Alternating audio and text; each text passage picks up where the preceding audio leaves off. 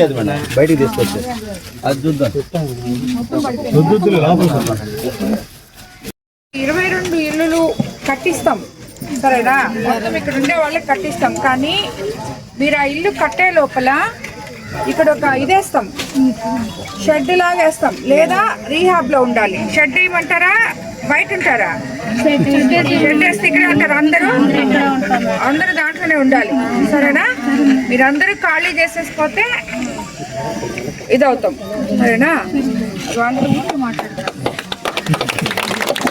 నేను పెట్టున్నాము కానీ ఇలాగ ఆధార్ డ్రైవ్ పెట్టినప్పటికీ కూడా ఆధార్ కార్డులు రాకుండా వీళ్ళకి ఆధార్ లేకపోతే వాళ్ళు ఎట్లా బతకాలి?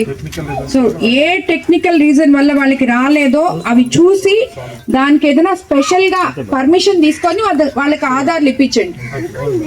వాళ్ళకి ఇప్పుడు వీళ్ళకేం ఇల్లు ఉండవు, ఆధార్ రావు, ఇవన్నీ ఏమి రావు కదా వాళ్ళకి. ఇప్పుడు ఈ రోజు మనం ఎలా ఇవ్వాలి ఈ టైంలో? కాబట్టి దానికోసంగా ఏదో ఒకటి మీరు నేను కూడా కలెక్టర్ గారితో మాట్లాడతాను, మీరు కూడా మాట్లాడి స్పెషల్ డ్రైవ్ కాన్స్టిట్యున్సీలో మొత్తం ఈ మండలంలోనే కాదు నేను చెప్పేది, మొత్తం కాన్స్టిట్యున్సీలో ఎస్టీ కాలనీల్లో ఎస్సీ కాలనీల్లో ఎవరికైతే ఇలాగా వాళ్ళకి రావట్లేదో ఎన్నిసార్లు అప్లై చేసినా దానికి ఏదో ఒక ఆ సమస్యని పరిష్కారం చేసుకోవడానికి ఏదో ఒక ఇది మనం కలెక్టర్ గారితో మాట్లాడి ఎంఆర్ఓ వాళ్ళందరూ కూడా కలిసికట్టుగా దీన్ని సాల్వ్ చేయాలని ఈ ప్రాబ్లంని కోరుకుంటున్నాను.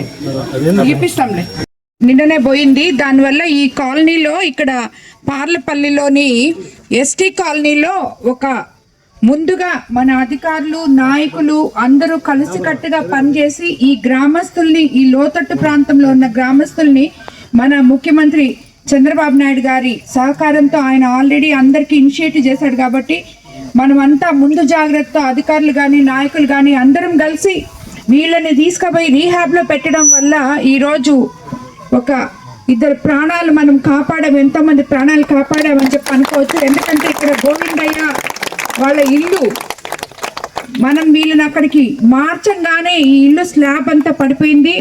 ఈ కాలనీలో ఉన్న ఎస్టీ హౌసెస్ అన్నీ కూడా ఈ మాదిరే ఉన్నాయి, అదే పొజిషన్లో ఉన్నాయి, స్లాబ్లు ఎప్పుడెప్పుడు పడిపోతాయా అన్నట్టున్నాయి. కాబట్టి వీళ్ళందరికీ ఇది మనము కలెక్టర్ దృష్టికి తీసుకెళ్లడం జరిగింది. కలెక్టర్ గారు ఇమీడియట్గా స్పందించి ఈ ఇల్లు మొత్తం శాంక్షన్ చేశారు. ఇక్కడ ఉన్న ఈ 22 ఇల్లు శాంక్షన్ చేసి ఆల్రెడీ హౌసింగ్ పీడీ గారికి ఎంఆర్ఓ గారికి అందరికీ తెలియజేయడం జరిగింది. అదే కాకుండా ముఖ్యమంత్రి చంద్రబాబు నాయుడు గారు ఈ తుఫాన్ని మొత్తం పర్యవేక్షించి రాత్రి ఎవరైతే రీహాబ్స్ లో ఉన్నారో వాళ్ళందరికీ కూడా ప్రతి కుటుంబానికి రీహాబ్స్ లో ఉన్న ప్రతి కుటుంబానికి 3000 లెక్కన 25 కేజీలు బియ్యము, 1 కేజీ కందిపప్పు, అలాగే 1 కేజీ నూనె, 1 కేజీ ఎర్రగడ్డలు, 1 కేజీ ఉల్లగడ్డలు, అదేవిధంగా 1 కేజీ కందిపప్పు ఇవన్నీ కూడా ఇస్తున్నారు. ఎవరైతే అక్కడ ఉన్నారో ఎంఆర్ఓలకు అందరికీ కూడా ఆల్రెడీ ఇంటిమేషన్ ఇవ్వడం జరిగింది. ఎవరైతే రీహాబ్స్ లో ఉన్నారో వాళ్ళందరికీ ప్రతి కుటుంబానికి ఇవి అందజేస్తాం.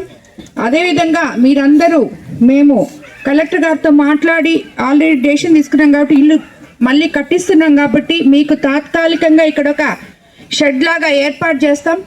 దాంట్లో మీరందరూ ఉంటే ఇమీడియట్గా మళ్ళీ వర్షాకాలం వచ్చేటప్పటికైనా మీకు ఇబ్బంది లేకుండా ఇల్లు కట్టిస్తామని చెప్పి ప్రభుత్వం తరఫున సీఎం చంద్రబాబు నాయుడు గారి తరఫున కలెక్టర్ గారు అందరూ యాక్సెప్ట్ చేసి ఇచ్చారు. కాబట్టి మీరందరూ ఇక్కడ మేము 2-3 రోజుల్లో షెడ్లో వేస్తాము. అక్కడ మీరందరూ మారిపోతే ఈ ఇల్లులు స్టార్ట్ చేసుకుంటాం.